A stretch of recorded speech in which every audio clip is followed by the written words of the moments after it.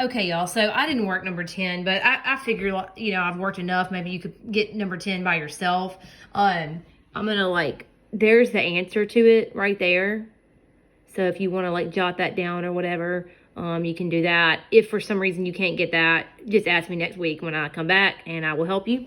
But I did want to talk over really quickly the first 1 through 4. It says, write a statement of variation relating to variables. For example, number 3, and I'm picking that because it's super simple. That's y varies directly as x, basically, is how, let me see what they wrote y varies directly as x. That's all they wrote.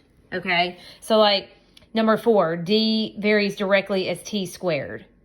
Number 2, e varies directly as I and r. Oh, well, they said varies jointly as I and R, which, jointly directly is the same thing. You probably would say jointly because it's, it's more than one letter that you're varying with. So anyway, that makes sense. And then it says, then name the constant of variation. Remember, the constant of variation is just the number in the front. So on number 3, the constant of variation is 2. And see, I knew that would probably make a little bit more sense once we've done these. Remember, on this one, the constant variation was 7. Constant variation there was 3/8, etc. So, on number 4, the constant variation is 6. Number 2, there's not a number there, but remember, if you don't have a number in the front, it's an understood 1. So, the constant of variation on number 2 is 1. Okay, so notice I left number 1 out, and that's because that one's kind of messed up. I can't tell what's going on there until I solve that equation for y. So, let me do that real fast. If you cross multiply, you get 3y equals negative. I'm going to put 1x squared. I just like to have a number in the front.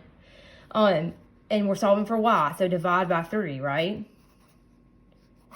So you get y equals, I'm going to write negative 1/3 x squared. Okay, so once you set it equal to y, then it's pretty easy to see that the constant of variation is negative 1/3. It's just that number in the front right there. And the way you would say that, you would say y varies directly as the square of x is how you would say that if you had to write that out in words.